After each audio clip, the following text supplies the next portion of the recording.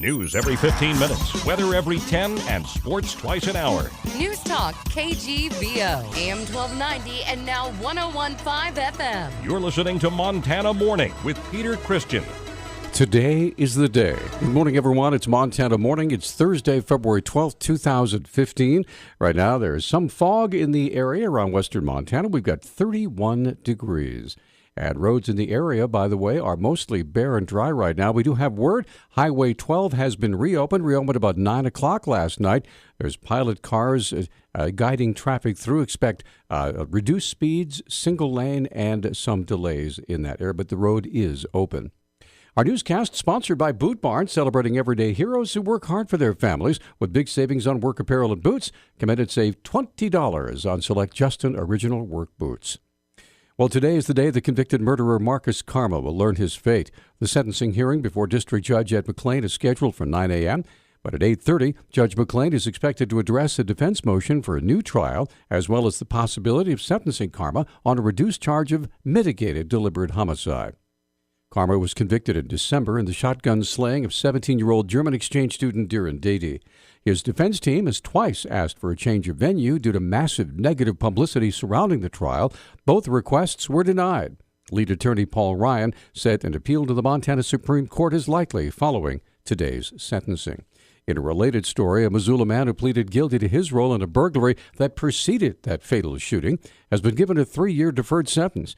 District Judge Ed McLean sentenced 19-year-old Tristan Staber yesterday for a conspiracy to commit burglary and criminal trespass to vehicles. McLean ordered Staber to complete a treatment program and pay $2,000 in fines and restitution. Missoula County Jail came up number 1 twice in a report released last week by the ACLU, but first in this case was the last place they wanted to be. The report includes 2 surveys of inmates, which named the Missoula County Detention Center as the worst in the state in 2 categories: adequacy of medical care and adequacy of mental health services. At a news conference yesterday, Missoula County Undersheriff Jason Johnson walked through just some of the staggering costs of providing health care to inmates at the jail. The contract that we're talking about here was $782,562 for 1 year, with a 3% increase for the next 2 to 3 years.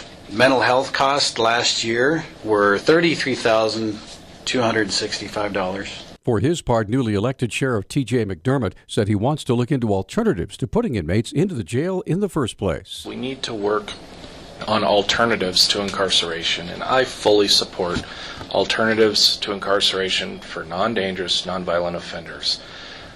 Specifically our mentally ill folks who find themselves in our jail. ACLU Montana Legal Director Jim Taylor complimented McDermott on his efforts to keep inmates out of the jail, but said the problems offenders face continue to plague society. If you look at who's in our criminal justice system, it's people primarily who are poor. Overwhelmingly, it's people that have issues with chemical dependency. It's people that have issues with mental health. And until those issues are resolved, those problems are not going to go away. Jail was built 15 years ago after not once, but twice, but 3 times a bond issue had to pass by Missoula County voters. Took 3 tries.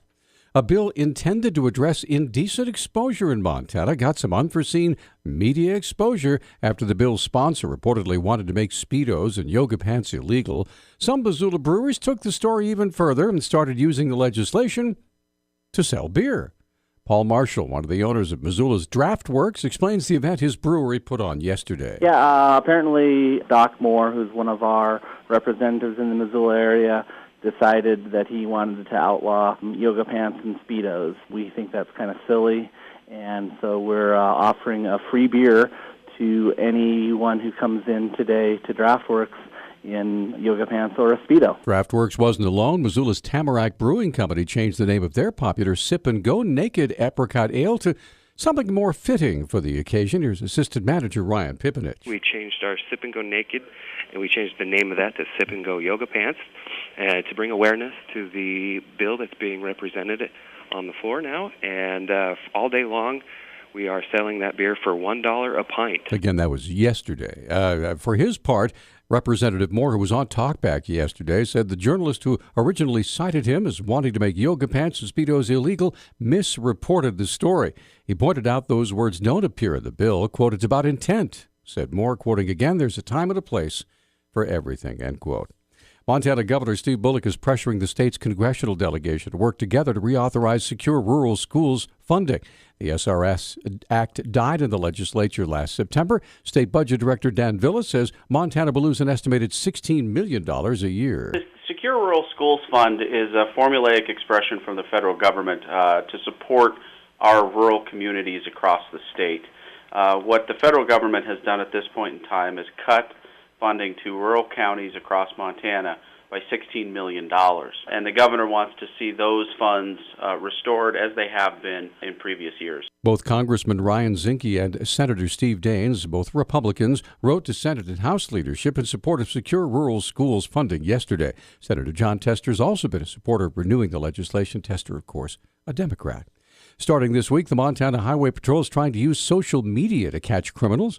Highway Patrol Executive Secretary Kristen Banchero explains why pictures of criminals will be popping up on their Facebook feed every Wednesday this year. So we decided that once a week we would develop this series where we would take an outstanding warrant, either one where we haven't been able to make contact with the person for quite a while, or one where, they pose an immediate threat and danger to the public, and kind of see if we can get any leads from the public in making contact with these folks. The first individual featured on Warrant Wednesday was Robert Stokes. Highway Patrol Operations Major Jason Heldenstab describes why Stokes made the list. The original offense took place on May 25th, 2014. One of our troopers attempted to stop a vehicle, and the vehicle did not stop. It turned into a pursuit at this point, and during the pursuit, one of the occupants threw a gun from the vehicle. The chase exceeded speeds of 100 miles an hour before it finally came to an end, and at that point, a foot chase ensued. Stokes is wanted on $50,000 bond for an array of charges, including felony criminal endangerment, assault with a weapon, fleeing from or eluding a peace officer, and even cruelty to animals. And finally, members of an anti-abortion group gathered at the Montana Capitol in support of a proposed amendment to the state constitution that would define human life as beginning at conception. Montana Pro-Life Coalition President Annie Bukacek said the proposal is designed to stop the killing of unborn children. Republican Matthew Monfort of Bozeman is sponsoring House Bill 425. News Talk time now is 6:10. News Talk, KGVO. Missoula's official weather station. Partly to mostly cloudy skies today with our high temperatures topping out in the upper 40s and low 50s. Winds will be out of the southwest at 3 to 6 miles per hour. Mostly cloudy tonight with our lows right around the freezing mark. I'm meteorologist Brooke Foster for KECI 13.